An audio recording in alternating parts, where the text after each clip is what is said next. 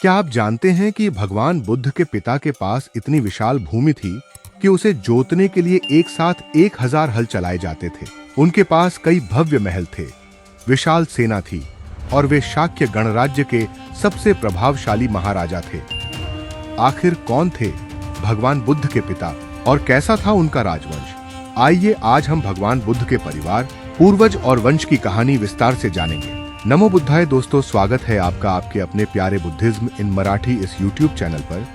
अगर आपने इसका पिछला एपिसोड नहीं देखा तो कृपया देखिए, जिससे आपको यह एपिसोड आसानी से समझ आए।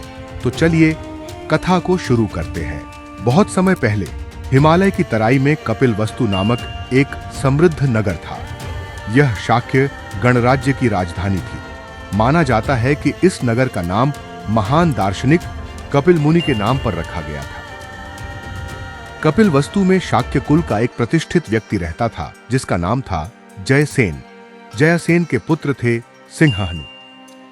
सिंहाहनु का विवाह कचना नामक महिला से हुआ था। सिंहाहनु का परिवार बड़ा और प्रतिष्ठित था। उनके 5 पुत्र थे, शुद्धोदन, धौतोदन, शाक्योदन, अमितोदन और शुक्लोदन। इसके अलावा उनकी 2 पुत्रियां भी थीं, अमिता और प्रमिता। यही वह परिवार था जिसमें आगे चलकर संसार के महानतम व्यक्तियों में से एक सिद्धार्थ गौतम बुद्ध का जन्म हुआ। इस पूरे परिवार का गोत्र आदित्य था, जो सूर्यवंशीय परंपरा से जुड़ा माना जाता था। अब बात करते हैं भगवान बुद्ध के पिताजी महाराजा शुद्धोधन जी की। महाराजा शुद्धोधन जी एक प्रतिष्ठित व्यक्ति होने के साथ साथ अद्भुत युद्ध कौशल वाले वीर पुरुष भी थे। कहा जाता है कि जब उन्होंने अपने सैन्य पराक्रम और युद्ध कला का प्रदर्शन किया, इसी के बाद उन्हें दूसरा विवाह करने की अनुमति भी मिली। तब उन्हें विशेष सम्मान प्राप्त हुआ। उनकी पहली पत्नी थी महामाया जी और दूसरी पत्नी बनी महाप्रजापति गौतमी जी, जो महामाया जी की बड़ी बहन थी। महामाया जी के पिताजी का नाम अंजन और माताजी का नाम सुलक्षणा था। वे कोलीय गणराज्य के देवदह नामक नगर में रहते थे।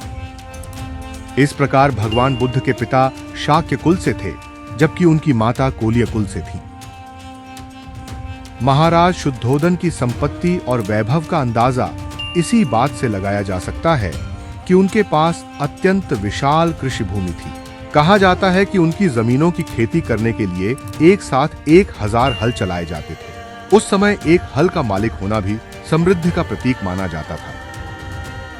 उनके अधीन बड़ी संख्या में सेवक, कर्मचारी और अनुचर कार्य करते थे। उनका परिवार अत्यंत सम्मानित और प्रभावशाली परिवार था। महाराज शुद्धोधन का जीवन किसी साधारण व्यक्ति जैसा नहीं था। वे वैभव और ऐश्वर्य से भरा जीवन जीते थे। उनके पास कई भव्य महल थे, जहां राजसी सुविधाओं की कोई कमी नहीं थी। यही वह वातावरण था जिसमें राजकुमार सिद्धार्थ का पालन पोषण हुआ। चारों ओर सुख सुविधाएं थीं, धन दौलत थी, सेवक थे, महल थे, सम्मान था।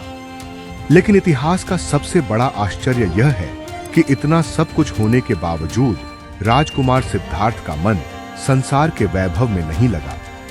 उन्होंने जीवन के दुखों को समझने का निश्चय किया और एक दिन राजमहलों, धन संपत्ति और आरामदायक जीवन को छोड़कर सत्य की खोज में निकल पड़े।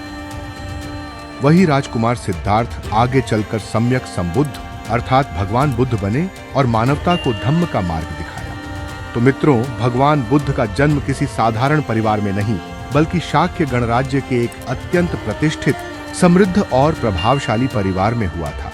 लेकिन बुद्ध ने संसार को यह सिखाया कि सच्ची महानता महलों और धन में नहीं, बल्कि ज्ञान, करुणा और प्रज्ञा में होती है। आपको यह वीडियो अच्छा लगा हो तो लाइक करें। आपके लाइक से हमें बुद्ध कथा वीडियो बनाने की प्रेरणा मिलती है। दोस्तों में शेयर कर पुण्यफल अर्जित करें। चैनल को सब्सक्राइब कर बेल आइकॉन दबाना न भूले। कमेंट में नमो बुद्धाय जरूर लिखें। नमो बुद्धाय।